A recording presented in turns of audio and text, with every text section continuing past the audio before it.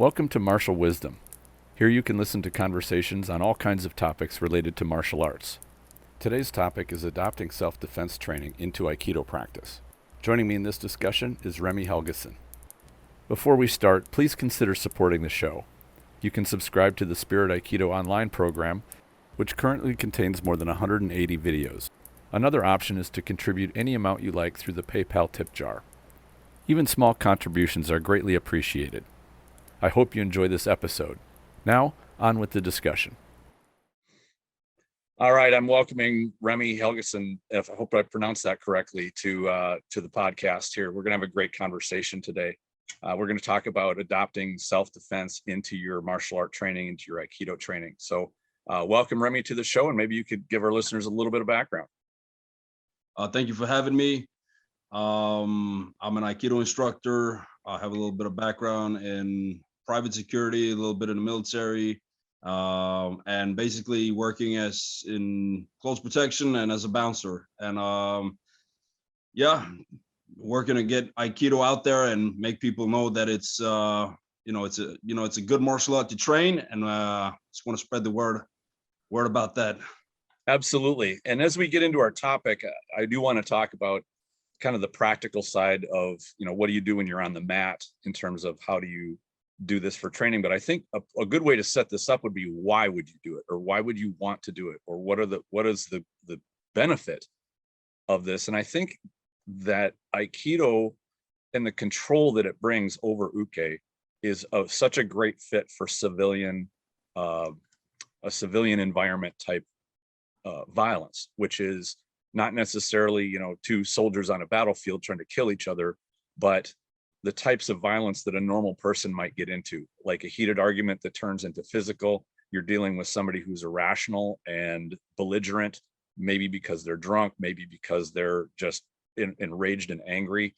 And they think that because they're in a civilized environment that nobody's going to stop them. So they kind of just carry on and get nuts. And I think, this is something that every bouncer's dealt with. Anybody that's done security for any amount of time, even the short time that I did it, I've seen a number of instances where a normal person, who's just going on about their business is suddenly faced with somebody who's getting pushy. It's not a sport fight, but they have to deal with somebody who's going from just being verbally belligerent into being physically belligerent. It's something that people will have to deal with. What are your thoughts? Well, the picture froze for a moment, so I didn't hear the last 5 seconds. But sure. Yeah, I mean, there's different phases of a conflict, and it's excellent for civilians or whatever line of work you do to train Aikido. And I mean, you don't always want to strike people. Like, you don't necessarily want to. If you're in the line, you're going to have a kebab at the end of the night, and someone's drunk and they're starting to push you from behind or getting, rude. You don't necessarily just want to give that guy a haymaker and hurt the guy, or, defend yourself like that, or, fight like that. Maybe it's better to have options. And I think Aikido gives you a lot of options. It gives you the options. You can always throw a punch. And anyone can throw a punch. Well, you can always throw a punch or strike, but maybe, it's a better way to resolve it. And I think Aikido gives you the chance to resolve it, and it gives you many options. So maybe you want to give this guy a verbal statement first that, you're not having it. You want your kebab, so you still want to stand in the line. You don't want to just leave because there's a rude guy there. So maybe you tell him excuse me, man, can you stop pushing me? I'd really like to have my kebab now. And if he doesn't stop, maybe you give him a little push. And then if he comes to grab you, or he comes to whatever he comes to do, maybe you can, execute your irimi, get from behind. From there, you can control him from the back and maybe do an ikkyo and pin him to the ground. And if you can do that and you can hold him, maybe he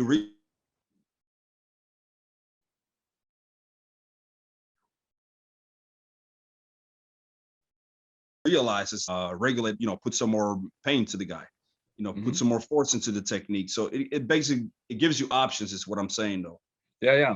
You know what? One thing I've found is that controlling the skeleton and controlling the body is far more reliable than striking in general. And some of the things that I've seen with real striking is even if somebody does land a solid punch and basically knock somebody silly, his hand often swells up like a grapefruit. I mean, there's damage on both sides of that. In addition, I've found with people, and I've had students of mine that I've sparred with that are heavy set, like they're like a fire plug, a lot of muscle. If you try to get through that with a punch, you can have a real tough time. It's not like the movies about trying to lay somebody out by punching them, where you just hit them once and they knock down and everything is over.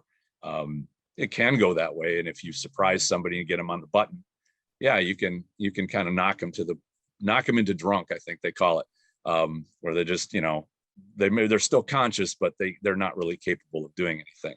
But again, what happens to your hand?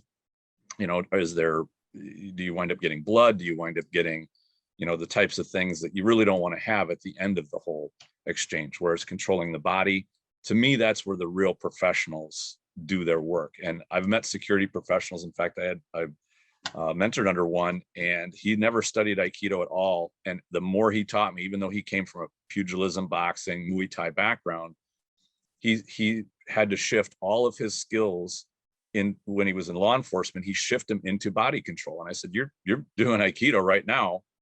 Everything you're showing is about getting to a good position, taking somebody's posture to slow them down and limit their movement, and you control them. Like, you want to get into a control position. You don't just beat the hell out of them.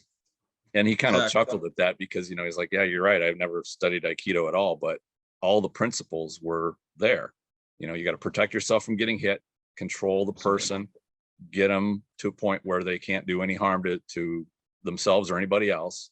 And, that's when your apprehension would come in. And I've seen the same thing with security, bouncers, all of that. You want to protect the club, you want to protect the customers, you want to protect the business, and you don't want lawsuits, criminal charges, paying hospital bills. You don't want any part of any of that stuff. And I think that's the average person would be kind of in the same category. Now, it's not necessarily protecting a club, but they want to protect their hands. They want to protect their home. They want to protect their family. They don't want to pay hospital bills. They don't want lawsuits. They don't want criminal charges. I think there's a great deal of parallel there to the pros. And that's why I like looking to professionals for how they do their craft. And that's why I think that Aikido's got a lot of that in it. And it's one of the few arts that does. Not the only one. In fact, I know I work with somebody who comes from a wrestling background, and he adapted his wrestling into apprehension for his law enforcement background. And he says, yeah, I had to make quite a few changes because some of the sports stuff doesn't fit very well, but taking control of somebody, he's like, I've never had anybody get away from me, and I've never been injured. And on top of that, in more than 10 years, he's never had a use of force complaint filed against him.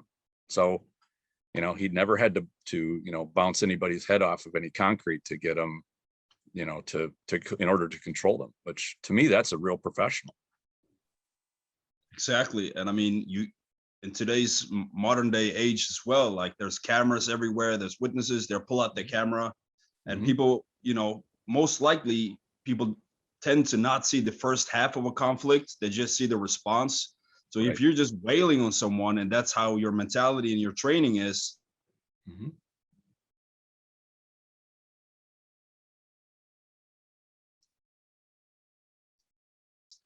getting civil justice problems, so really what you're explaining is just very high level of self-defense, which is controlling someone, having the ability to put on pressure and pain if needed, but you really want to control a person in a humane way, and not pummel his face or end up in jail yourself.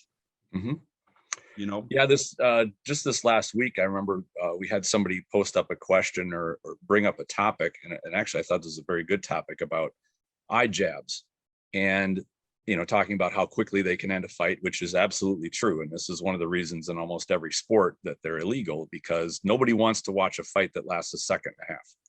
That's not entertaining. Nobody's going to pay to see that. In addition to the fact that it can cause some pretty heavy injury, but I think in terms of high level self-defense, there's a time and a place for a tool like that. Same thing with punching somebody in the throat. But that's so little. It's almost like pulling out a knife and stabbing somebody. Like that's not quite lethal, but almost, well, stabbing is lethal. But I mean, jabbing somebody in the eye is not really a lethal tool, but it's one of those, you just can't use that all the time. It's really not appropriate for a vast majority of self-defense type applications. Now, there are some instances where it would be, but that comes down to the judgment of the person that's using it. Like, are you outnumbered? Do you have weapons that have been pulled against you? Things like that. But Aikido really does offer that great variable scale from very low level. You want to control somebody. They're a bit of a physical threat, but it's not deadly. It's not a lethal force type thing, all the way up to you need to really stop somebody who's gone nuts, and they're not buying a little bit of sting here and there, like you slap them or punch them or something. That sometimes can alert or wake somebody back up that where they're going is a bad place. But real violence is such a wide spectrum, from low level to high level, to from social violence into complete rage, and that's what I think what makes it kind of hard to train. Whereas a sport fighter has got a known quantity of what he's going to be facing, for example, not to diminish their effort, because it's the sport fighters train very seriously. But it's nice to know, I know my opponent in advance. I know when the fight's going to happen. I can get prepared for it. I know I'm going to be in my weight class. I know I'm going to be fighting in my skill class. I know it's only going to be one person. I know if I get overwhelmed that everything is going to stop. Like, these are other big differences. And I think real world violence can be more dangerous because you have no idea when, where, how, who, or what's going to happen. Exactly. So, yeah. I think with the right in the right dojo, with the right instructors, like you get a lot of that awareness training. That I believe you get a little bit more of that in Aikido than other martial arts, because it tends to focus a lot on the self, turning the focus inwards rather than So that awareness is gold, because you never know. Like, you can't foresee everything out there, but you can be alert, you can be awake.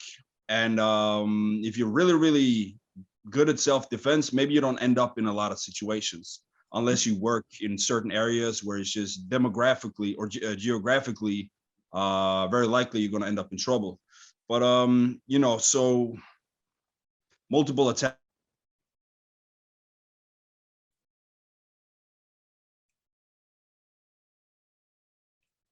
Attackers got to get up again, and there's weapons. There's, like you're saying, it's like an unset bound of rules. There is no rules. There's it's unset, and like eye jabs. It's like if it's a really intense situation, or if it's a fight already, I tend to feel like the eye jabs are a little bit hard to get into. I've ended up on the ground. I remember once I was on the ground with this guy, and he was pretty solid. And I was jabbing his eyes. Like, he was trying to do the same with me, and I was jabbing him, and it didn't really go anywhere. And it was really just a dog fight. I managed to get him on his stomach and lock his arm and just bend, his wrist and put on the cuffs. So I think, like, eye jabs, it's a time and a space for every technique. And the more aware you are of how to use those techniques in different situations, and depending on your training, it can become extremely efficient. Like, some people probably ended a fight with one strike to the eyes or to the throat. Sure. I've done nodo ski a few times. It's been pretty effective. Like, before it's about to jump off, and the guy's about to swing or whatever, and then you hit him with the nodo ski. And if you do it correctly, the guy falls, and you run over and maybe you grab him and shake him a little bit and, like, stop the BS. That could be it. And, it's a time and a space for everything, like for every situation, but you have to train it. You have to be aware of how to use it under stress. How well are you at, using techniques under stress? And Like if it's a dogfight or if it's an intense situation, like I said, like it becomes a little bit of a tunnel vision. The more trained you are, you tend to try to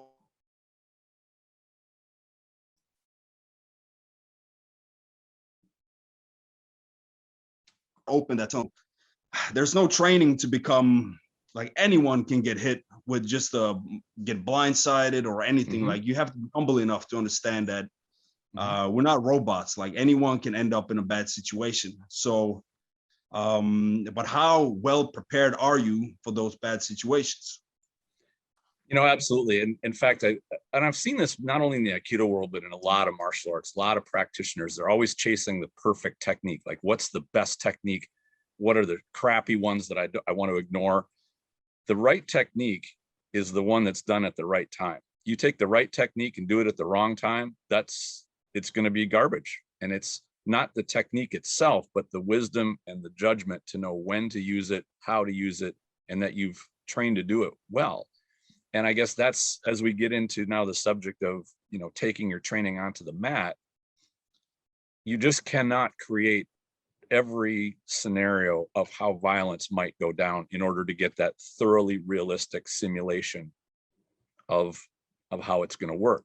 But a good craftsman knows his tools, he knows them really well, and then when he goes to do his project, that's how he applies those different things. And that's how I view good martial arts training, to get hopefully as close as you can by practicing your techniques under higher and higher levels of stress and resistance, just so that you know how they operate. Yes, you want to study the principles at a slow speed to really break down your technical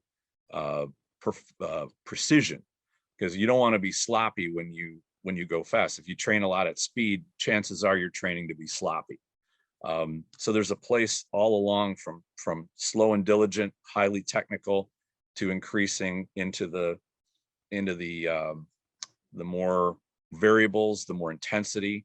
What I've found when I've done this with partners is we'll get to the point where they'll increase their intensity and their variables of how they adjust their attacks and whatnot.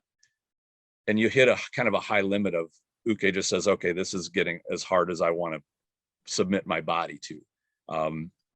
And when people talk about pressure testing, they, I think, often will assume that it's pressure testing is just, okay, fighter one, fighter two, go. And it's 100% intensity, just blast each other. And real sport fighters can do that, but they only do it to a limited amount of their training. They don't do that all the time because it's too hard on the body. And of course, with sport fighters, their target zones are often limited. They're wearing equipment to make the damage, to mitigate the damage to each other, you know, whether it's headgear or padded gloves or padding on the body, that sort of thing. You don't want to train so hard that you're getting injured. And so I think, at least my experience with pressure testing, and maybe you've had something similar, I don't know, but you get to that point where you realize the technical stuff works. This does function well. And in fact, if you're not dealing with rules, you can use things like forearm strikes and whatnot. You can hit some pretty vulnerable targets very easily, the clavicle, the side of the neck, things that it's hard to simulate that without really causing pain or injury to your training partner. So, you know, to me, that's the nature of that pressure testing, and how to take this to the mat and increase that level of intensity to be convinced that your technical side, the fundamentals, are correct, that you're doing this properly, and you can execute them when you're under some stress. Because when you tell Uke, hey, step it up a little bit, like give me some heat, you can feel the stress level going, especially when you give them the freedom to attack you however they want to. And I think those are good things to do in training.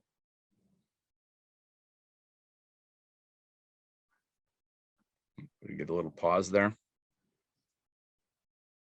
Yep. So I think those are good things to do in training. I think we may have had a little pause glitch. Absolutely. If you take, for first and foremost, Uke needs to know how to strike, and he needs to strike whether he's doing it hard or not. You know, he needs to know how to throw sharp attacks, whether it's a shomanuchi, yokomanuchi, none of this big wide slow stuff. Like if you're doing a yokomaruchi, you know, it has to be small angles and done Right. correctly. You know, let's amp up the striking a little bit so that we can expect more from ukes. Mhm. And I don't want uke to be falling without me throwing him. You know, Mhm. so I want uke to deliver honest attacks and do honest ukemi. So Mhm. if we're doing, let's say, randori, and we're doing like very intense randori, what happens is when they attack you, intensively, and we do that over, you know, a certain amount of time, like your physical body becomes tired, and that's when your mind kicks in and your heart, and you're training how do you respond to stress and attacks when Mhm. you're really tired, physically tired and drained, but you just keep going. You keep going and you train your mind, and your body will follow, but you train your mind to adapt to those situations. Now we can talk about training realistic self-defense. And Uke is attacking, he's attacking, you know, realistically and honest, and you're just moving. You know, don't be stuck in the middle. Keep moving. You know, deflect the attacks. If you can't do a technique, at least get the hell out of the way and perform your techniques. From there on, I think sky's the limit. If you can, you know,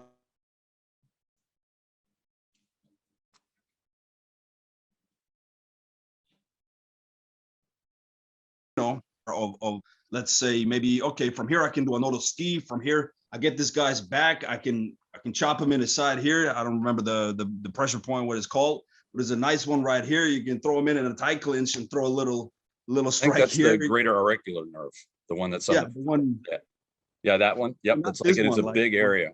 Yep. the one that feels like you get electrical shock down to your feet. Yes, that's the one. Yeah, Love that one.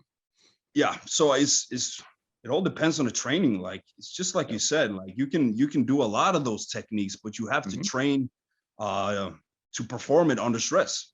Simple as that. Exactly. You know, and I think one other thing too is people talk about, you know, hard training or the quote unquote hard Aikido.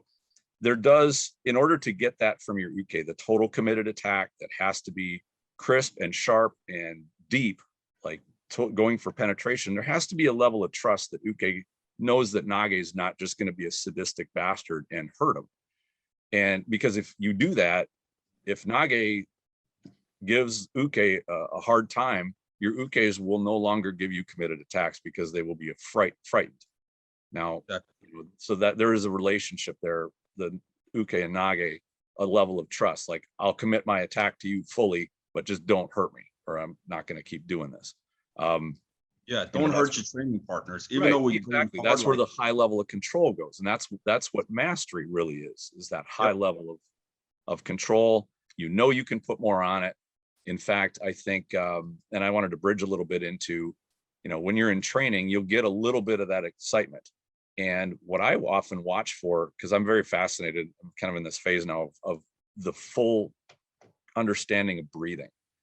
When you're in a low stress environment, it's pretty easy to control your breath, to time your breath with your movement. But when you start getting anxious and the stress level starts to go up, one of the first things that happens is the breathing starts to go very shallow. People don't fully breathe, which means they can't match their breathing with their body movement, which means the fundamentals of your movement are going to start to go downhill very, very fast. So I think one of the ways to kind of cheat it is for uke to keep being slow, telegraph really well, so that nage can sit very comfortably in their little comfort zone, and they can basically make nage look good. To me, I want to make sure my breathing doesn't go out the window when I start getting under stress, because I want to train under stress enough that I'm comfortable there. Like I don't want to be taken off.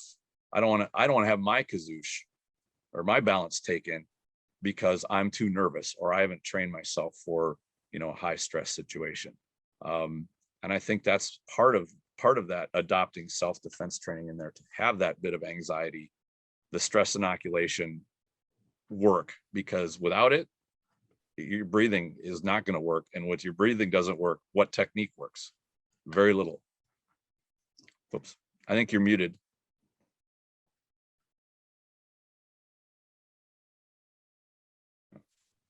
There you go. Hold up. There, now we got you. All right, sorry about that. No worries. What you're explaining there is basically what I find one of the most interesting parts about Aikido, which is basically training your center. And we can all do qigong and do a nice hippie movement every once in a while, but really, I want to see that that philosophy be put in use in all aspects of life, whether it's in self-defense or it's dealing with trials and tribulations of life in general. You really need to make your Aikido work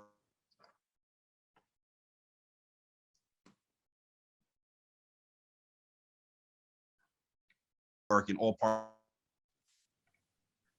Sorry, do you hear me swear now? Yeah, there we go. Yeah, there was All a right. little bit of a glitch there. Sorry. Someone keeps calling me. I'm sorry about that. That's all right. Being a popular guy. Yeah.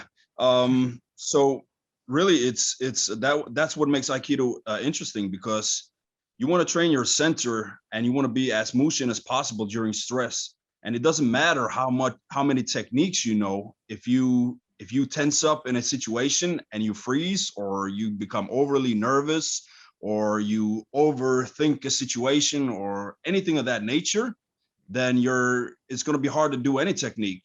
So you really want to train that calmness and stability and center in Aikido.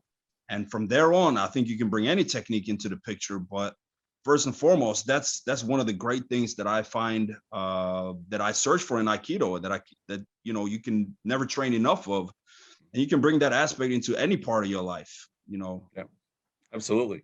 In fact, the best technique, the most reliable one, if you're a nervous wreck, you won't be able to execute it. I mean, and the technique itself won't make any difference. How good it would be in theory. I remember a story, and of course this was not a true story, but like an anecdote, or not a parable that I was told when I started Aikido about basically mindset, where this guy is having a stressful life. So he goes off to a mountaintop, and for 2 or 3 years he meditates, and he's in the forest, and he's all calm and he's relaxed and chill, and he finally finds his center, and he comes back down into the city, and he sees all the horns honking and the traffic and the stress level, and he just has a heart attack and keels over. To me, that is how I often view those who take such a meditative route with trying to find their peace, that they isolate themselves from any stress, and they're successful in being peaceful and tranquil, as long as their world is not disturbed by anything. But the nature of violence is that it will come and disturb you. It will intrude upon your tranquility. It will find you at the times when you're weak, when you are not in a place where you're ready to deal with conflict. It will surprise you. It will threaten things that are very, very dear to you, which can cause a severe emotional reaction. To me, these are why the stress inoculation exercises and drills are so important, because all of that stuff is going to lay siege to you when you need to perform. And as much as I admire, I do think technical practice with a focus on precision has its place in training, but that can't be 100% of your training, because technical execution is only a small part of the whole overall picture of surviving a violent encounter. Strategy and mindset are everything. It is everything, really.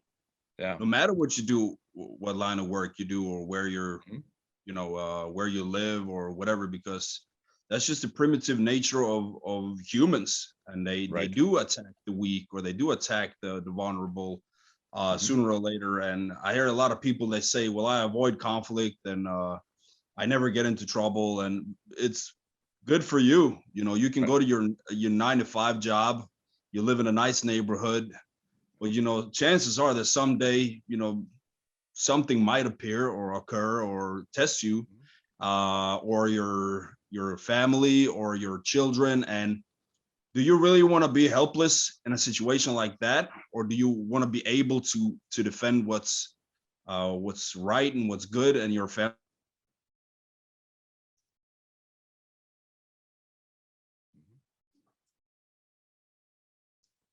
and lovely and whoever's in need of help, really? Right. And yeah, will you be ready? In fact, I think, for those people that have some level of stress within their lives, they start to get used to it to a certain degree, and they have a better chance of performing than somebody who basically lives an isolated life that's very, very peaceful and tranquil. That person, when they run across some stress, it's a much bigger deal because they're just not prepared for it. And I think the safer your life is, the more you need to address and have that certain amount of stress. I remember hearing after World War II, when a lot of soldiers came home, they were used to high levels of stress on a daily basis.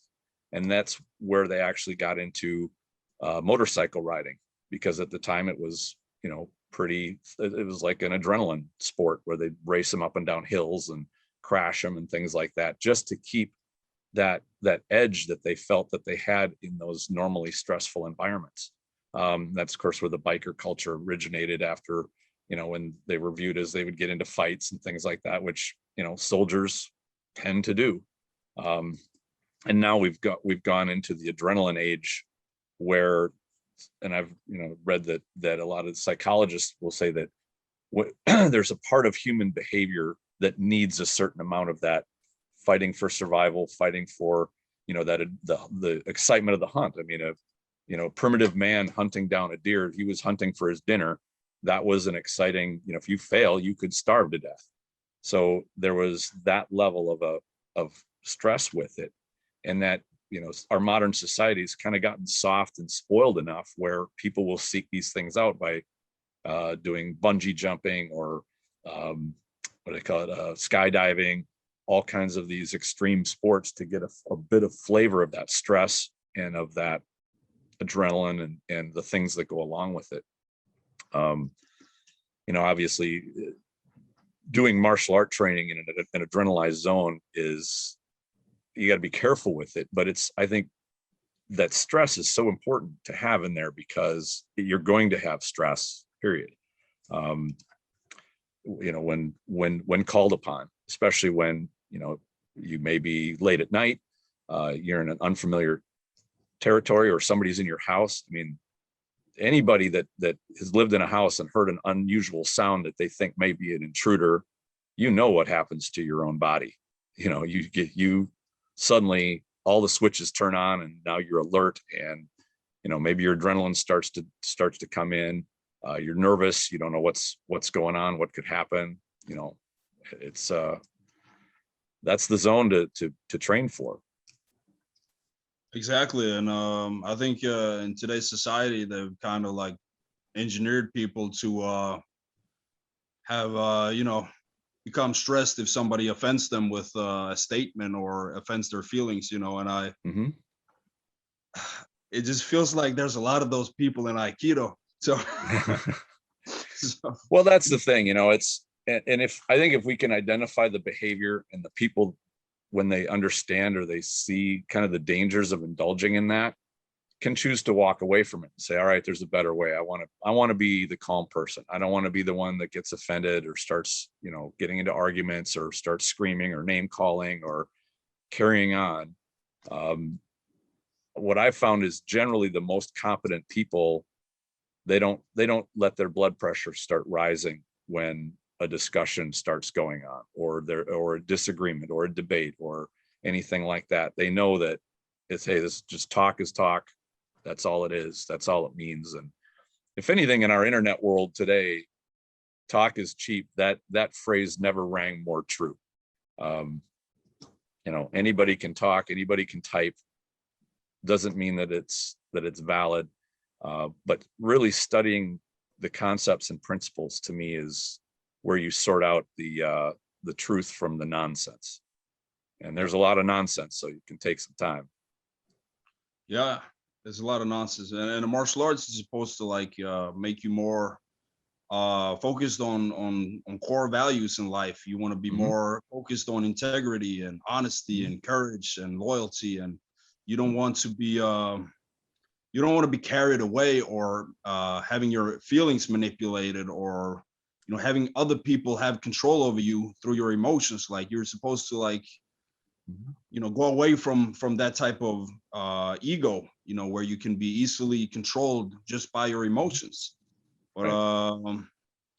yeah, so absolutely. Yeah. And I had a thought, because back when the first UFC hit, there was a lot of, I don't know what you call, myths and misunderstandings and even just outright bullshit in the martial arts.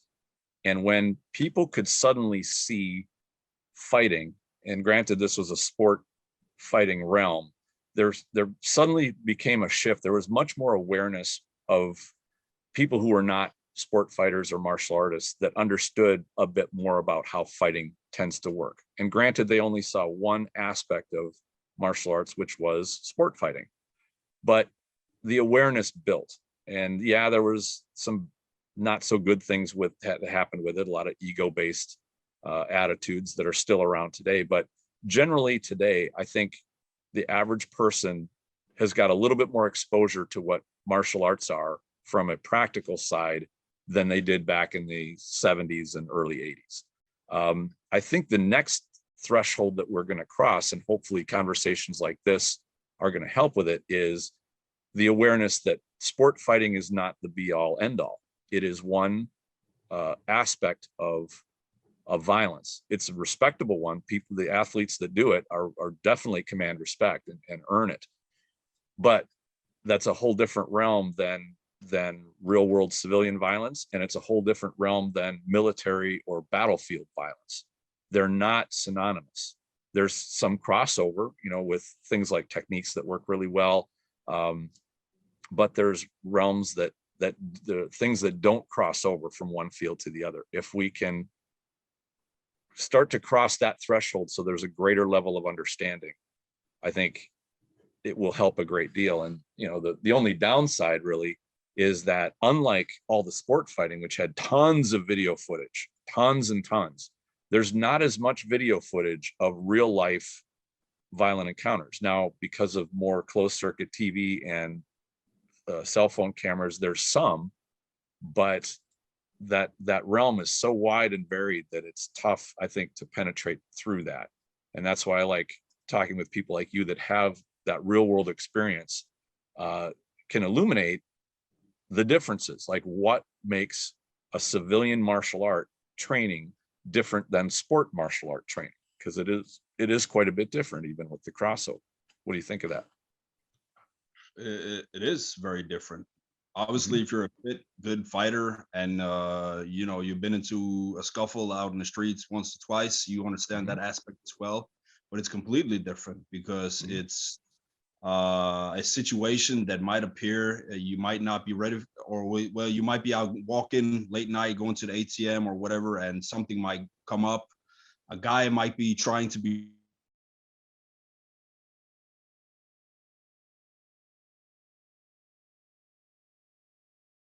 friendly, and else they got weapons.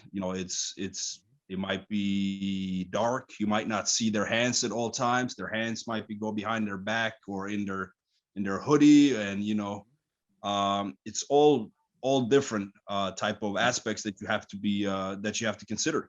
So yeah, and what's really going to save you or help you out of those situations is your your heart, your training, your experience. And if you can carry Mhm. yourself in those situations, it's not the martial art that's going to save you.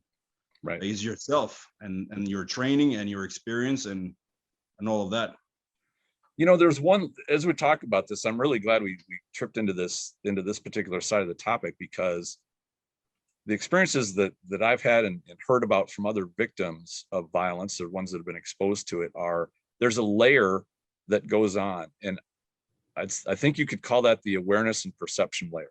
Not just the, can I detect a threat before anything happens, but from the time you detect that potential threat to the time that a situation goes physical, there's a gap in there. And in that gap is your analysis of the situation, your decision to choose what strategy and what tactics you're going to use to try to avert it. Then you study, is this working? Can I get away from this situation? Oh, I can't. You go through this mental stratagem phase where you're doing your best to avoid the violence and try to maybe find alternative ways out. And the violence happens when those efforts don't work or you are not successful with them, which happens quite a bit. It's not like you can just arbitrarily choose not to be in a violent encounter. You can sometimes, but sometimes it comes and finds you. But that's that phase that a sport fighter never needs to deal with. He never has to break down, where am I? Where are the exits? You know, who am I dealing with as an opponent? What is their skill base? You know, do they have friends, or are their friends right around the corner and I don't know it? If I do get out of here, you know, where can I go? All these things happen, you know, or is my family with me? That mental layer, or that phase in there, I think is an important one. And it's also one I found that's difficult to simulate. Like, where are the hands? I mean, you could have to have costume changes to sort of show, all right, how are you going to read a situation by the person that's just walked up to me? And when we're in the same outfits all the time, you know, usually a gi or something like that, it's hard to start simulating all the little indicators that you look at to read, what's about to happen? You know, what am I faced with? And, you know, oftentimes that phase can last from 10 seconds, maybe to a minute or two, but it's definitely there. And if you don't pay any attention in that phase, by the time it goes physical, it's a grab bag what could happen. But trying to get that assessment, I think, is important. Yeah. And like, we're training in gis and we all look the same, but really, when you're doing a lot of the katas and the forms in Aikido, you're also training on how to read the attention from your uke, and you really bring that into real life, because when you're standing there and you have to be as calm as possible. You see one guy maybe approaching, you're trying to read his intention. Like, he might have a little smirk. He's very calm. He's very, you know, he's not saying a lot, but you can feel something is odd. There's a lot of adrenaline in the air, and through your training, like, your body is like, and your mind and your whole is adapting to this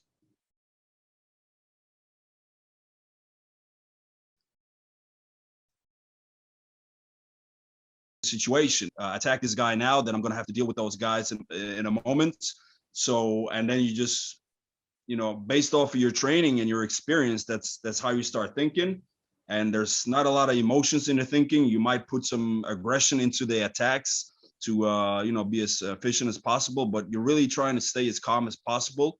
And what's really good with Aikido also is when you train Randori is you try to always move and never leave your back vulnerable. And that's sometimes when you're training sparring with just one guy, then you tend to forget sometimes that, you know, there's always a possibility for someone to run up behind you. And I know several people who's, you know, fallen into that situation where somebody comes from behind with a bottle and just clocks it in the back of the head.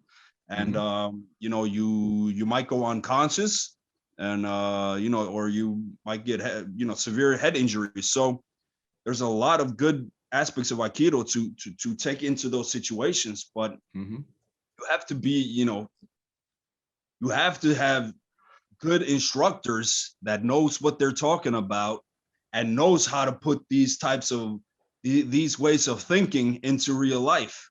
If we're just jumping around and we're just doing a little bit of ha ha ha and nice philosophy and love and compassion and all of that, like, it's very idealistic that we're going to love everyone, but the world doesn't work that way. So you need to, if you don't understand that, then you're going to put yourself in a very, very bad situation if you end up having to defend yourself or use your Aikido. And suddenly you have a revelation, oh, I couldn't do my Aikido techniques because of this or that. No, it's your own fault.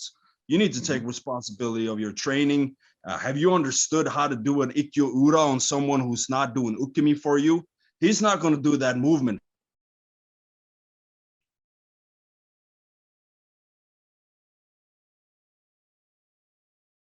for you. You have him on the ground, he's going to try and roll over. You have to control him. He's going to try and grab your nuts, whatever. You might also, you know, it's the ground, it's slippery, or it might be rocks. You might even get a rock in his hand and throw it at you. Like, these are all the different aspects that's completely different from the dojo. So whether you're doing like sports fighting, or you're in, TMA, or you're in the dojo and you're doing katas or forms and whatever, like, you have to understand what you're doing and how do you use this in real life. I'm not saying that you should always think like, oh, how am I going to use this for fighting? But there is a Budo aspect of it. Like, we're training a martial art. Like, it's a Budo aspect of it. We're training compassion, and we're doing respectful, taking care of our ukes, and we're taking care of each other. We're helping each other. But at the same time, there's a martial aspect of it. And this is what we need to, like, I think, amp up a little bit in certain places around the world, because it's gone a little bit away from that in Aikido. And it's gone a little bit too much of this sprinkling love on each other stuff, where, it's a little bit of a Hadouken and people go flying, and it's just like, this is mumbo jumbo. Well, and you make great points. And I think one of the things that I know some of the more peaceful practitioners tend to, I think, get a little riled about is the idea that, well, now you're changing into a mindset of destroying your opponent. And I think that that's a false perception, really. And this goes back to any bouncer, any security person. You're there to just control and end violence. That's it. You're just going to put a stop to it, not because you're destroying or killing or hurting somebody, but because you're taking away their ability to do harm. And that to me is the control level. That's why it's such a good fit for civilian use. Is you're not there to cause injury and harm. That's not your overall goal. Whereas perhaps on a battlefield, it would be. Easiest way to not have any violence is to just kill the other person. But we can't do that, and we shouldn't do that. That doesn't fit.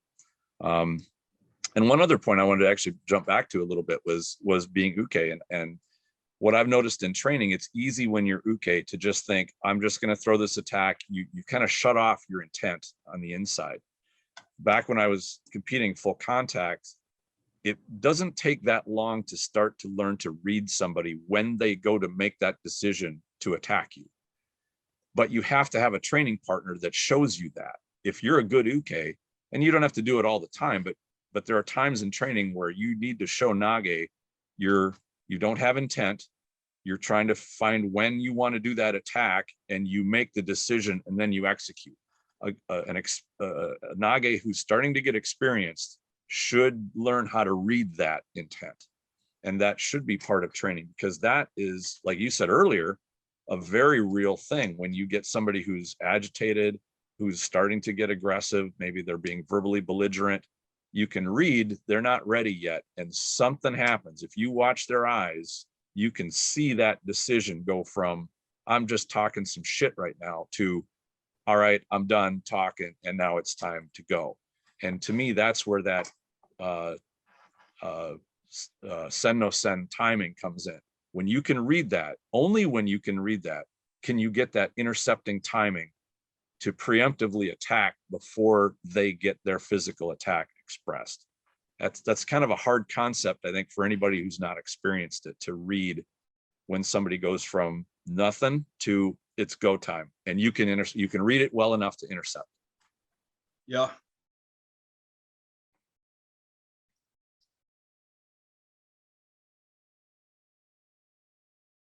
And learning from that, I'd love to say start your reply again. I think we had a little bit of a freeze there.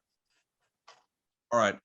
I mean, excellent points, and that type of understanding is golden in self-defense. That's eventually, that's golden in self-defense. If you can preemptively understand someone is about to attack, and then you attack first, or you control the person before he manages to get that swing, or don't let him get too close for that headbutt. I saw your video about that headbutt, for example. Sure. Good video. How do you defend against a headbutt? So you can get that learning and understanding from the dojo as well. And I'd love to say I never made any mistakes. Like I've always been foreseeing everything.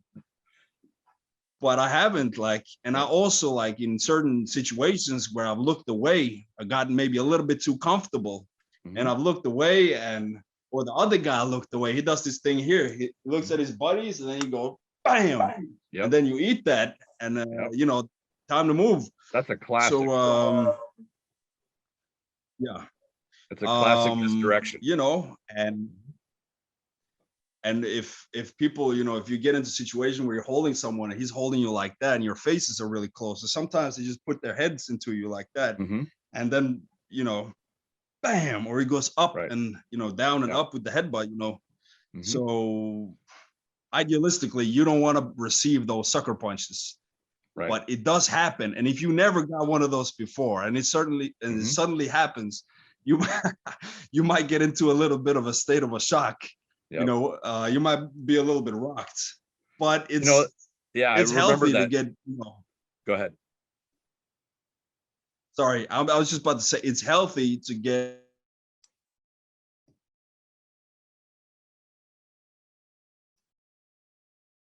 punch, or, you know, you paused again. You said it's healthy to go ahead and finish up. It's healthy to it's healthy to know how it feels to receive a punch, basically. And when you did full contact, you understand what it feels like to you know, to take a punch and roll with the punch, and it doesn't really put you in shock, and it doesn't make you freeze or anything like that. Like, you're used to the white flash that happens, and you're not going to let it just totally freeze you. Yeah, you regain your balance, and from there, you know.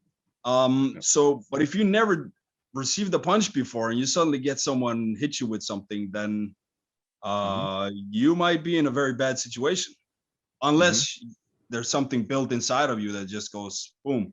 But you need to train for reality, basically. Right. You know, it's funny. I remember that headbutt thing, and I've gotten a number of comments privately about that, because it was when I visited with Lenny and Corky down there. And really what I was going for, I wanted to see if Corky perceived that he was in a bad position, because what I've found with competitors and people who are sharp, like they've had experience with violence, they just know when they're in a precarious position. And I wanted to see, because, you know, Corky's got a lot of experience, or so he will always tell you. I wanted to see, did he respond? Did he know that he was basically in the jaws of a lion there? And when I walked up to him and I said, do you feel a threat? Do you feel any threat right now? Not only did he kind of freeze, but I could tell by his body language that he had no idea that he was like 3 microseconds from getting blasted in the face. And that, because I was kind of curious about, you know, what his level of experience was, and you know, how that played out on a mat. It's one thing to listen to what somebody talks about, it's another thing to see it. And I love that the mat never lies. The mat is where the truth is. And you know, and I think that there's quite a few people that in the martial arts across the board, but in Aikido quite a bit too, that they are such in the technical realm that they really have none of the Budo aspect to them. Like they wouldn't feel danger if it walked up and sat in their lap. And that's, I think, part of the issue. And it's something that, you know, having faced it in real life, you can tell if you've got your antenna on. But I've seen people in real life that don't see it either.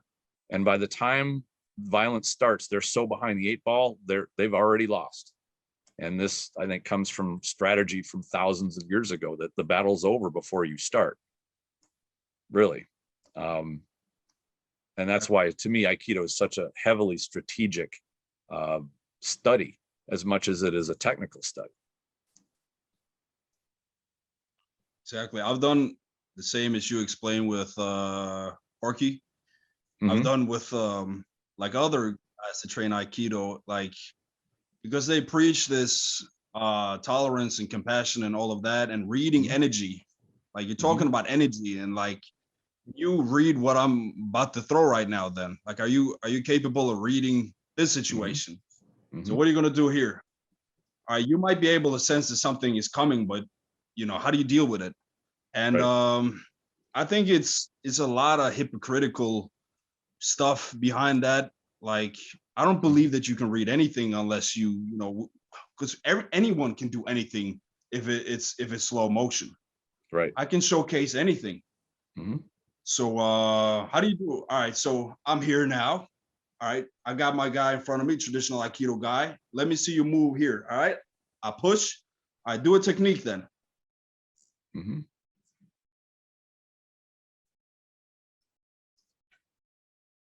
On energy and all that. That's essentially what we're training.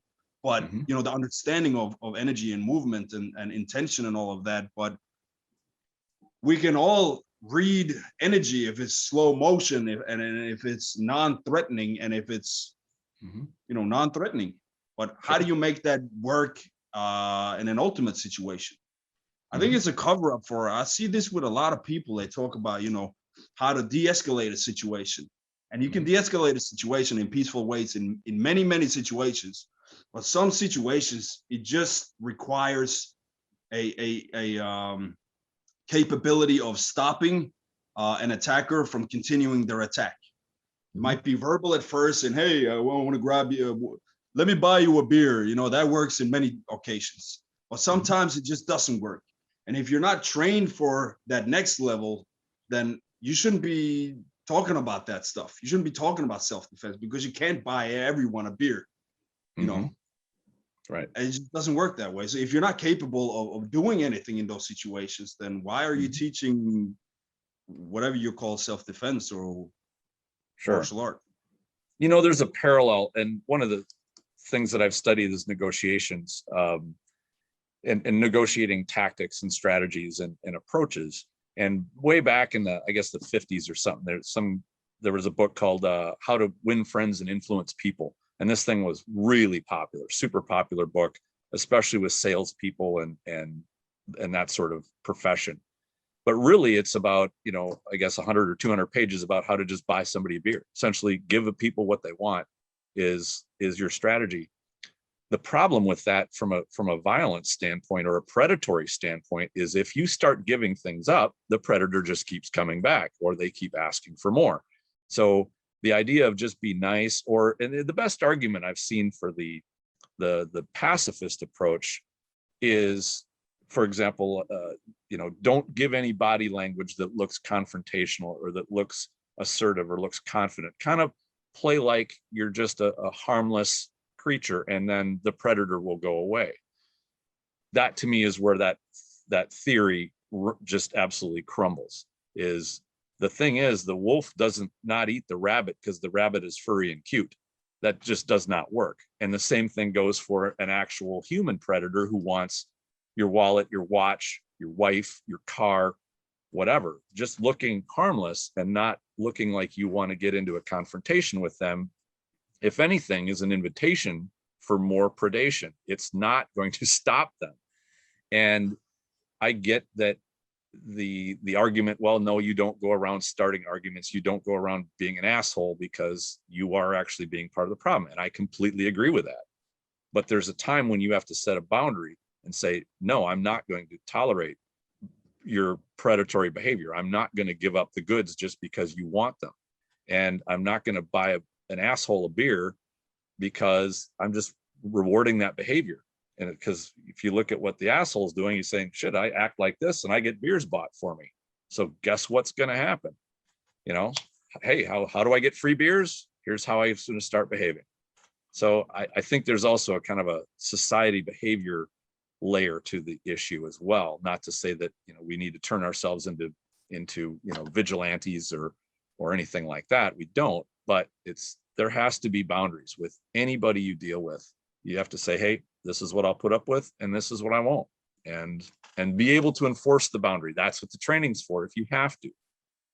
You know, I wrote a book on bullying years ago, and what I found in interviewing hundreds of victims of bullying, most bullies, a vast majority of them, when you lay down that boundary and you look like you're going to enforce it, they will usually back off. But if you don't, that's like an invitation for them to keep going. And that's, to me, that's danger. That's a strategy that's putting you in a bad position. Very well put. I agree with everything. I might have to cut that part out and just highlight it on all my social media. But it's exactly what you're saying. It's something to do with society nowadays, where this talk of tolerance is an acceptance of bad behavior and assholes and predators, really what we're talking about. And it's just this ongoing thing in universities and all over the place where people they really, for me, it looks like they're hiding weakness in the word of tolerance, because like you said, like a predator will see weakness. He will see a chance. And the more you give up, the more he will go for more, the more he wants. Right. So, and the more you reward the predator, the more he owns you and the more he will keep, going for And it. not just you, but others. He'll keep on that Exactly. behavior and victimize other people. Yeah, there you have it. Like I've had this, like, I'm not going to talk about it, but certain situations where, like, well, why didn't you just walk away and this and that and blah, blah, blah. And it's like, well, you see this guy, he was out here and he was like preying on anyone who was around here. Everyone left. You had this old guy over here and you have this guy, they can't leave because they work here. Then you have this guy coming, he's high on amphetamines and he's got already blood on his knuckles and he's looking to, do some, whoever's in front of him, he's going to prey on. So why didn't you just walk away? Well, if nobody stopped him, then he would just keep going, Right. and You basically have an animal on a rampage.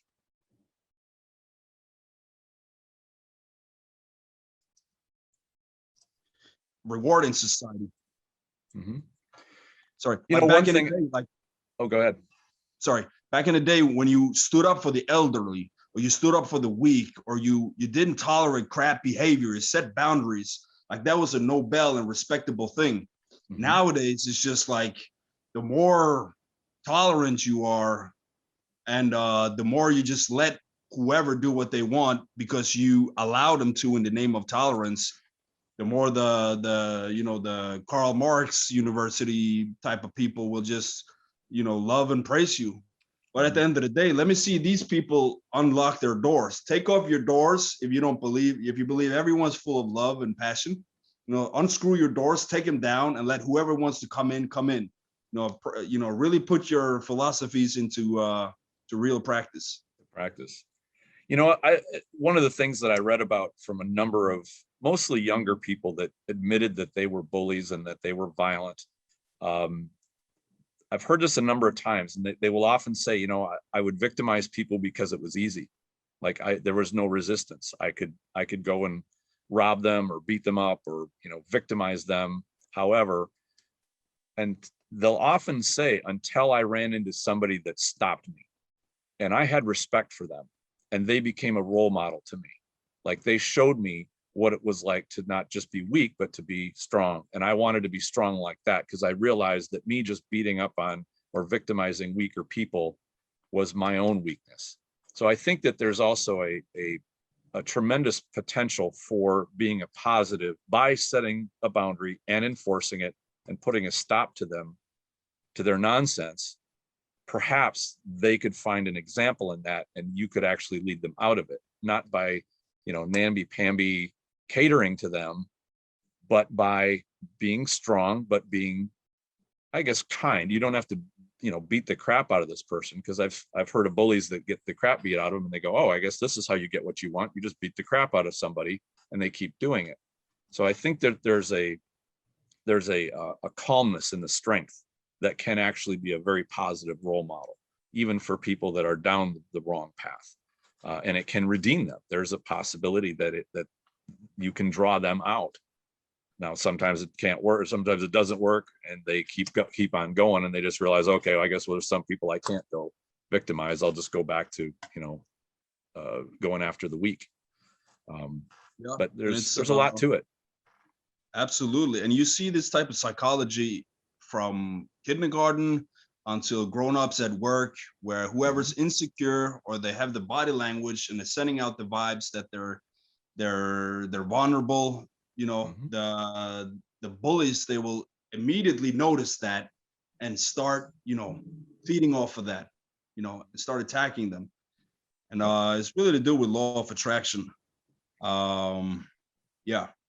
So yeah, it's like, I don't have kids, but if I have kids, I want them to be, able to, stand up for themselves. I don't care if the teachers will punish them for standing up for themselves. I don't care about that, because if a bully tries to bully a kid, like he has to stand up for himself, because sometimes the teachers don't do that. The teachers, they can't stop the bullies sometimes, and sometimes they react to the guy who's defending themselves instead. Right. And that kind of, that's a weird thing that's ongoing in society, and also with civilian situations. It's like the police will look at the guy defending himself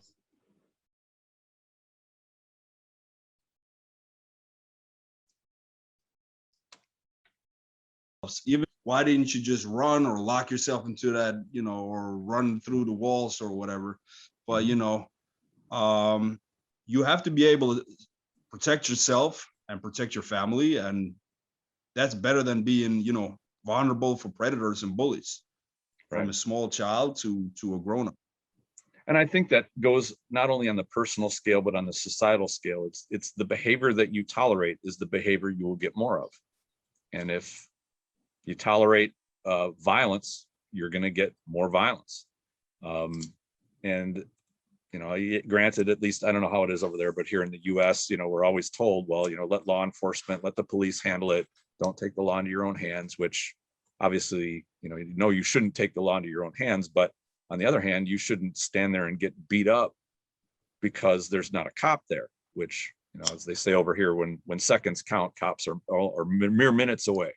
And the same thing goes with a parent, like you said, with a child, same thing. I'd want to teach any child to be able to be on their own and survive, rather than have to have an adult with them 24/7 or have somebody else there 24/7. Because what's the old saying goes, if you turn yourself into a sheep, the wolves will come. And that's just the nature of behavior, period.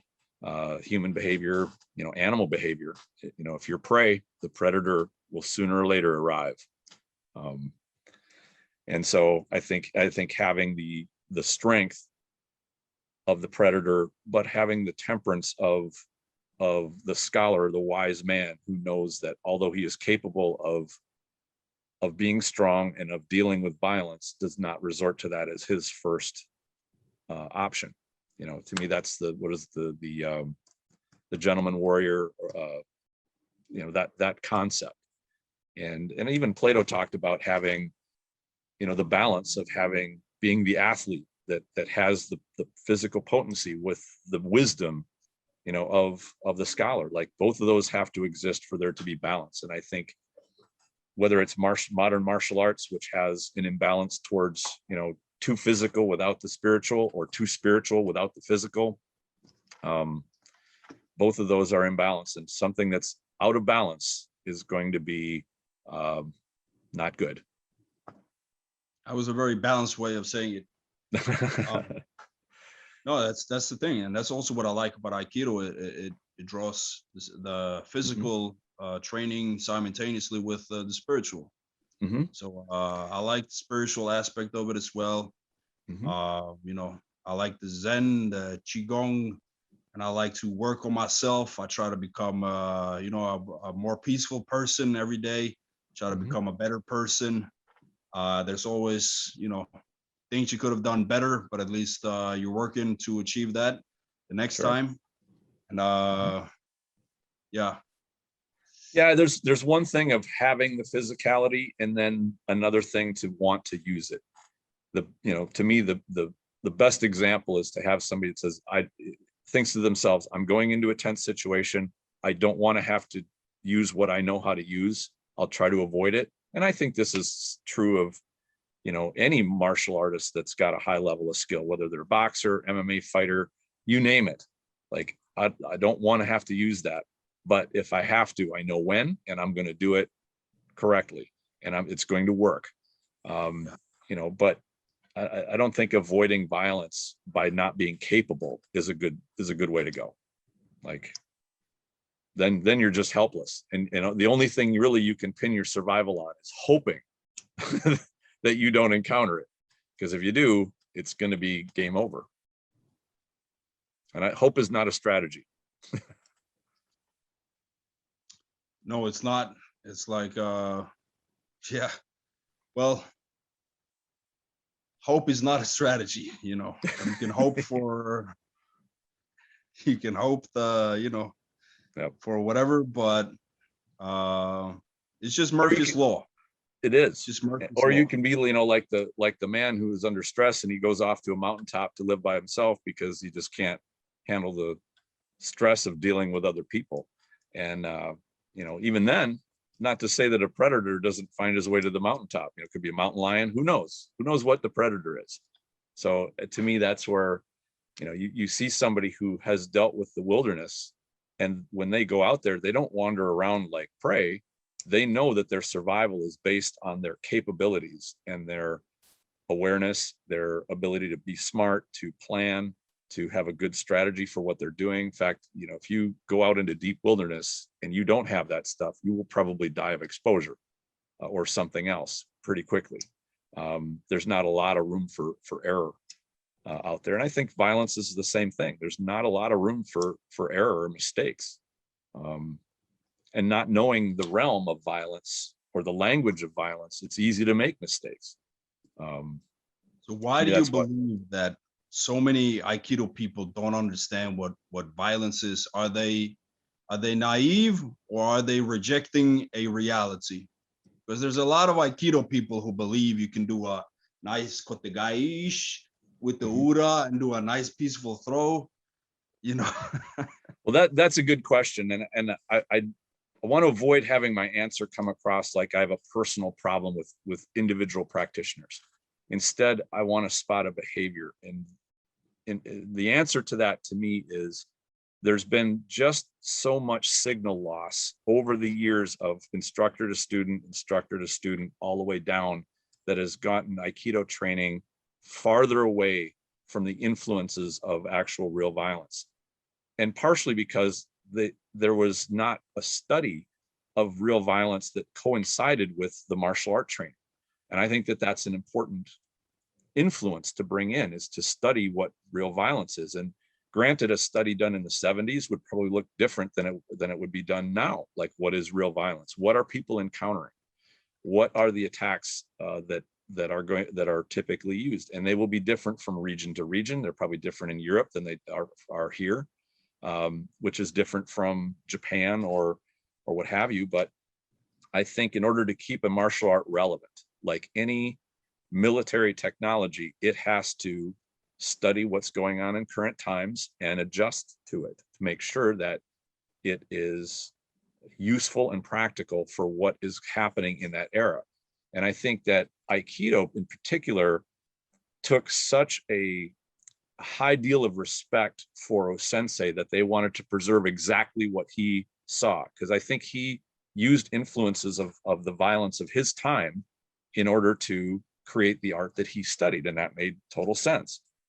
But 50 years later, now Aikido is largely a museum of a martial art that was only relevant when he was alive. And as the years and decades went on, it became less and less relevant as things started to evolve.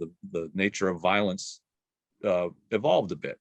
And what happens in another 30 years? How relevant is it going to be? Especially when you see a lot of the what I call modern Aikido, I suppose you could call it traditional, but modern Aikido, the large bulk of it basically says, we don't want to have anything to do with violence. We don't want to look at it. We don't want to train it. We don't want to, there's no interest. So it's not going to start to bring that influence back in to keep it relevant. And the sad part is that O-sensei talked about Aikido being a living, evolving art, that he was just an infant in terms of developing what the Aikido's potential could be. He wanted to see it keep evolving and growing as time went on. And the sad part is it really didn't. And that's one of the things that I think it should be. And there at least should be a portion of people, not everybody, because if they were getting their thing out of Aikido, doing it the way they're doing it, I'm cool with that. But there should be at least a portion of people that want to keep evolving Aikido to get it to its potential. And that's why I like talking with you, because I feel like you and some of the other people I interview are on that page. We want to see that happen. And the cool part is we can now communicate throughout the world about what we find. how it works, what it works, what violence is like, adjusting for regional differences, all that kind of stuff. So to me, that's one of the reasons I love Aikido so much. And I hate the idea of giving up the name, because the term Aikido brings up such a laughing stock among so many people. Yeah, and you touched upon a lot of stuff there. I mean, Morihei Ueshiba was in war, and he experienced a lot of different battles. And after that, he wanted to train something more to deal with harmony, and to not destroy your attacker and take care of him instead, if possible. And soon as you bring out certain messages, you talk about harmony, you talk about not hurting your opponent or the attacker, people tend to take something that someone has said and just take it to the extreme. And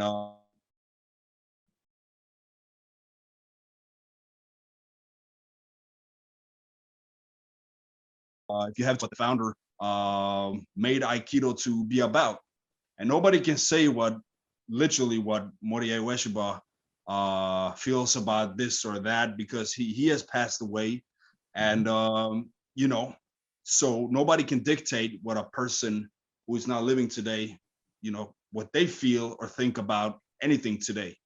Right. So I don't think people should try and Morihei Ueshiba said this or he said that, and then they want to defend the way they're training because they have some quote or something that they feel like is, the direction that Aikido should go based off a couple of quotes. And I just think that's wrong. I think that he also said 90% of Aikido is up to me, and that's striking. So, and like Steven Seagal said on a couple of seminars, he said that 90% of the Aikido people here can't even throw a single ski properly. And ski is a punch for people that don't know that. So we can go off of quotations and quotes and philosophies and stuff like that, but we just have to think for ourselves for a moment. A lot of people forget that a sensei or an instructor might say this or do that, but at the end of the day, we should be individuals, and we should think about what we're doing, why we're doing it, and how does this work in my life to different situations. Don't be a sheep. Don't just follow anyone blindly. Question what you're doing. Be open-minded, but for God's sakes, be a little bit critical, because especially nowadays, because there's so much to do with a challenge of finding real information about anything out there, because there's so much disinformation, and it has always been like that.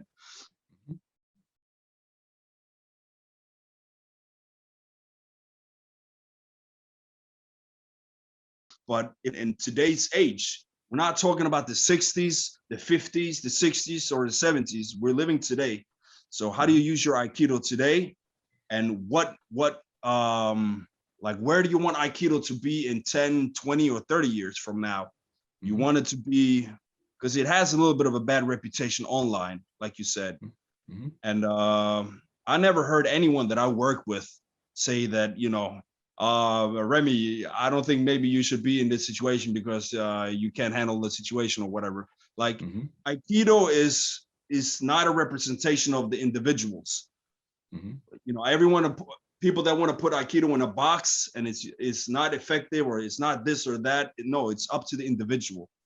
How well can you handle yourself? How well can you perform your irimi in a real situation? And you had full contact, so you know how fast hands go and movements go. He's going to strike and then he's going to go back.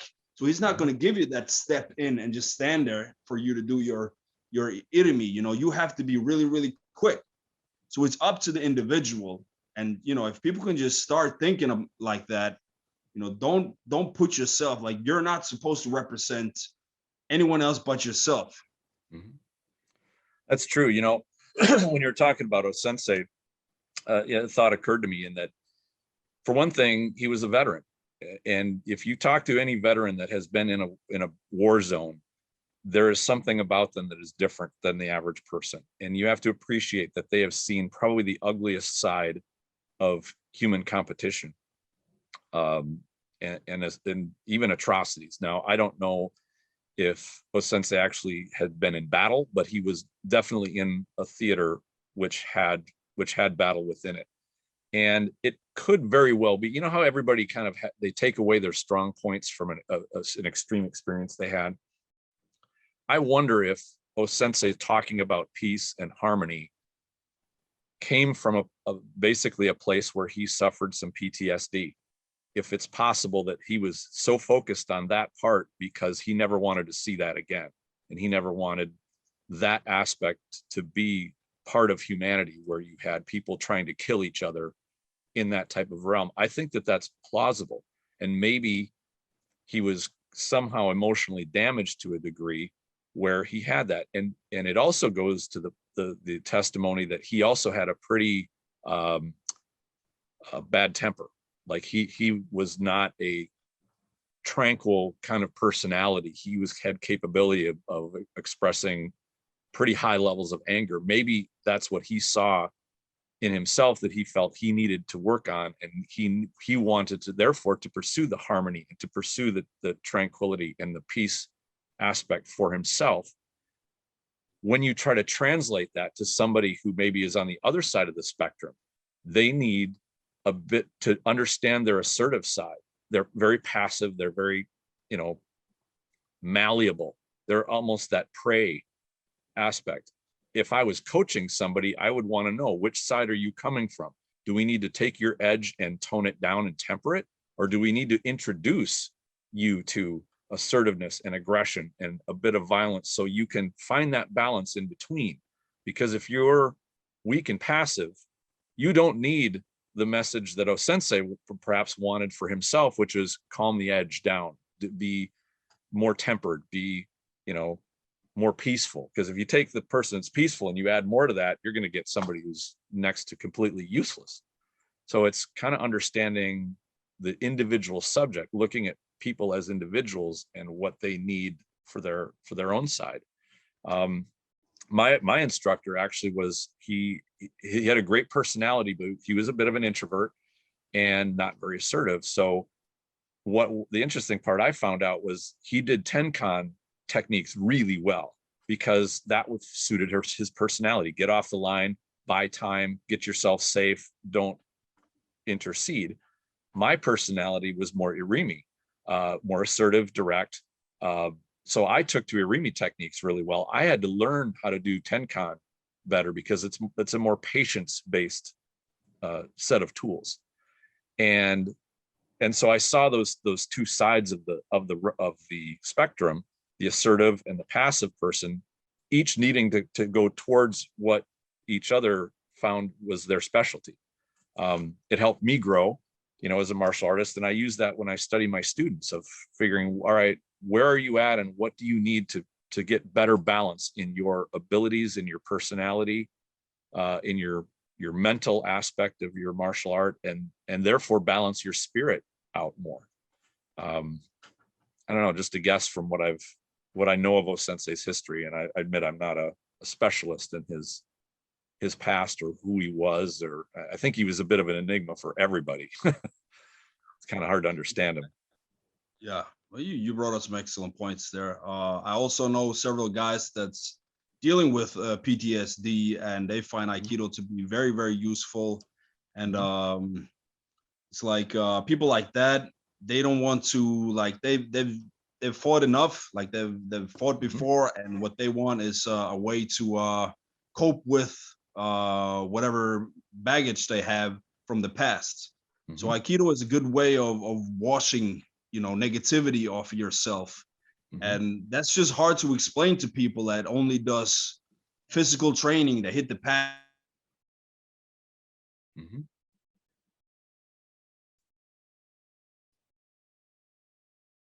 And tell someone.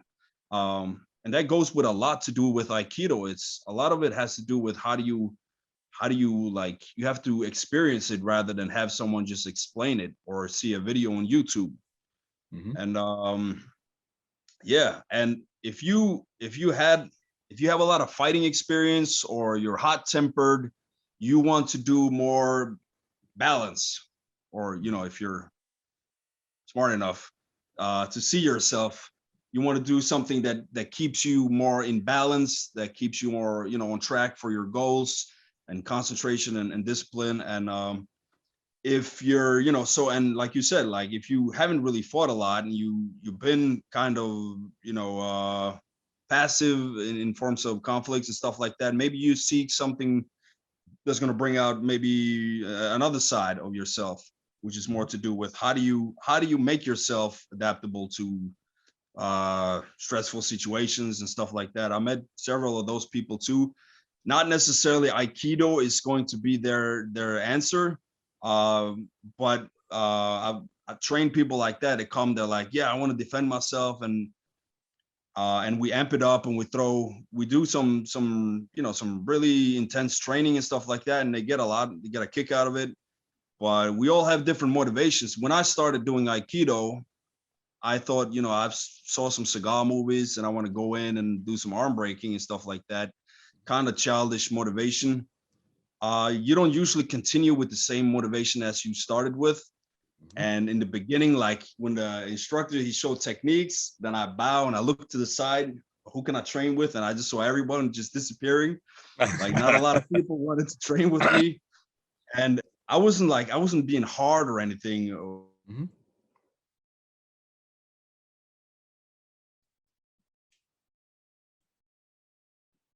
Or maybe hurt the people I was training with, but it took a little bit of time before I adapted to how do you use the techniques and flow with it and get rid of tenseness in your body, tension, and utilize Aikido in more of a balanced type of mindset, rather than I'm just gonna boom smash down and get this arm lock, and then you start feeling a little bit of a change inside of yourself. Maybe you start understanding the techniques and yourself a little bit more in performing the techniques.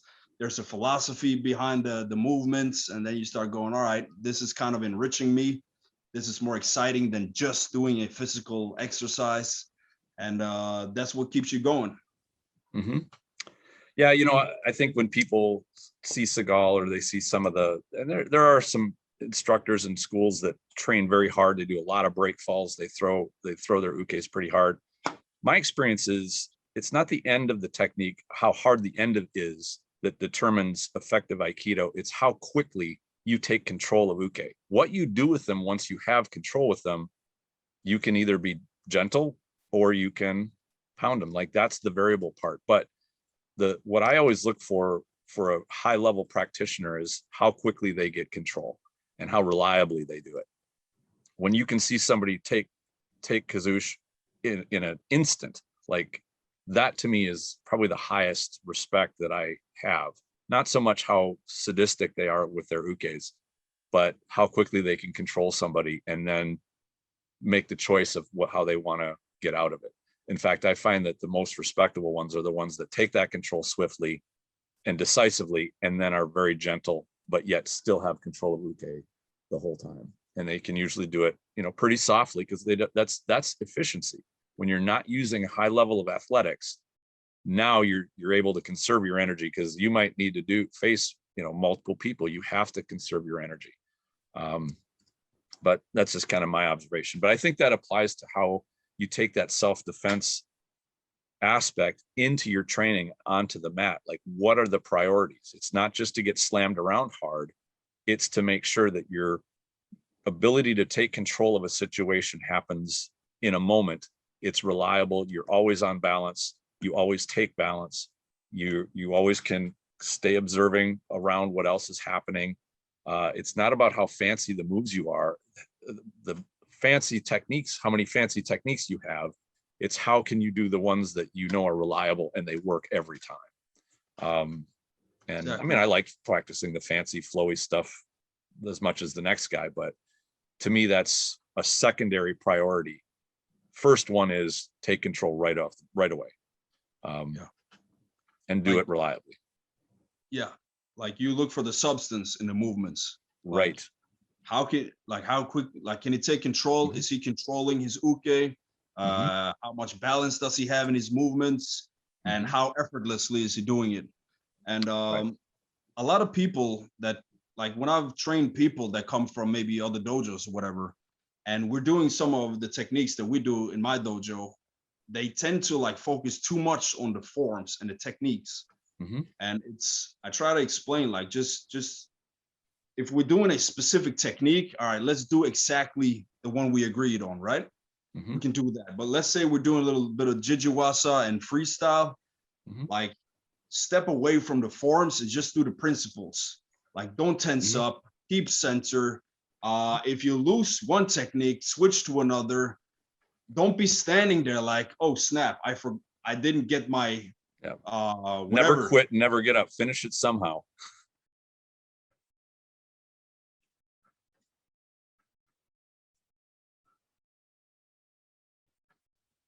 Just being a buddy, you know, he's not really trying to hurt you. You're gonna have a hard time doing this in real life. Just train how to go with the flow, breathe correctly. Breathing has a lot to do with staying in the moment. Know how to, you know, learn how to incorporate your breathing into the throwing and into the movement. And this is what makes, you know, gives substance in your Aikido and your movements. I don't get impressed if somebody takes an uke and just smashes him on the mat. Doesn't impress anyone. Doesn't mean that you're a badass at self-defense or you're a badass at all. You know, it might mean that you're taking advantage of a guy letting you throw him in you know, so you know, the biggest difference too is, does the guy who smashes his uke know about the attack that he's being attacked with beforehand? Because once that happens, now you're just kind of doing a big dramatic throw for the sake of the camera. And I think this is where we cross into people expecting like Hollywood violence. They want to see a John Wick kind of a entertainment versus actually the martial art I admire the most is when you look and you go, what just happened? The movement and technique was so small that you didn't even see it. It was so subtle that it really didn't look like anything. Now, I've granted from my observation from teaching is that I have to be careful about doing that because students learning, if you don't show them, if the technique is so small, they can't see what just happened. They won't even know what to go do. So you have to train in a bigger movement to show and point out like, here's how I'm moving, here's what the movement needs to be, here's the shift, here's the step, so that they don't miss it. But the Aikido that I really like is when it's so small and subtle that it doesn't really get picked up by the eye unless somebody's an expert, like they can see what's happening. Because you know, that's how you, in my opinion, how you adapt to speed. And this is perhaps another thing that you take it to the mat with. As the speed increases, the anxiety level increases, you get used to your breathing. But if you make big movements, you've got to move much faster. Whereas if you make small movements, you can cover the same amount of ground without having to move as fast. So that's to me how you balance out having an attacker who's faster than you are, is you just have to move less. So, you know, as you pursue that up the scale, making your movements tight and small, I think is the answer, as opposed to being more athletic and making big movements really quick. Yeah. I mean, there's a time for showy demonstrations and there's a time for, you know, maybe doing some more effective type of techniques. Sure. I think if you're, as an Aikidoka, if you're only amused by extremely well falling ukes, then, because I hear this all the time, like, if you're going to do a demonstration, you need like a really, really good uke and blah, blah, blah. And I do agree to some extent, like he needs to know how to fall, but I'm not that concerned with my uke doing a beautiful falling leaf where he's, you know, and those are gorgeous. They're pretty.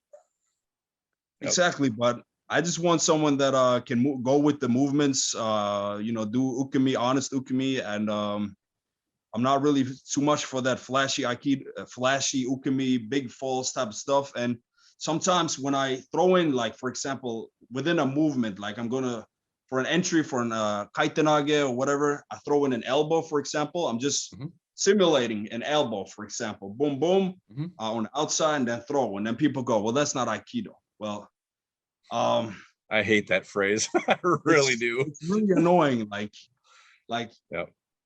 if we're doing like a self-defense type of technique or whatever, then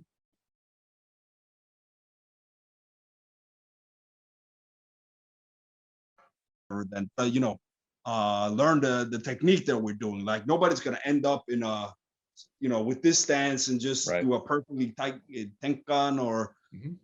just forget about all of that. Use the principles. If you can throw, if it's a self-defense situation, you might even have to headbutt someone. You get into a clinch, Mhm. he's locking your arm, maybe you headbutt, you get a knee in his crouch, let's go. And then from there, and then in kaitenage or whatever, Yeah. just learn to go with the flow. Yeah, atemi is a useful tool. I said 90%, or I've heard it 75%, I've heard it 95%, I've heard 99%, whatever. But it's a vast majority. I mean, those are tools that you can't just overlook. So yeah, important part of it. And there are ways to do it without hurting your uke either. I mean, I love elbows myself, and I know you can put a lot of zing on them. And when you train with them, you got to really tone it down, or you can, cause some damage. But again, training for control to me is the ultimate goal of any martial artist. You're training to know your tools and know when to back off pressures, and have a full control not only of yourself but of your surroundings and your situation. Like, to me, that's the ultimate goal, and it's not just smashing things or beating up ukes or anything like that. It's not about that. So well, I think we'll probably wrap this up. Do you have any final points you'd like to leave the audience with? Yeah, no, check out my channel, Martial Arts 101. It's been great talking to you, and we could probably go on forever. I agree with a lot. You have a lot of good ways of explaining the different sides of Aikido and the benefits and the training methods. So great job on that. Thank you. Yep, thank you for having me on. You bet, Remy. It was great having you on, and I will put a link to your website in the show notes in the description. So thanks again for joining me. It's been a great discussion. Was a little bit of a glitch there, but I think you said you're going to put a link up on the description. Yes, I will put a link up to your site. And as I was just going to say, wrap it up with thank you for joining me. Likewise. Thank you, Tristan. Thank you very much for listening, and I hope you enjoyed this discussion. Stay tuned for more episodes. I've got some great stuff on the way very soon.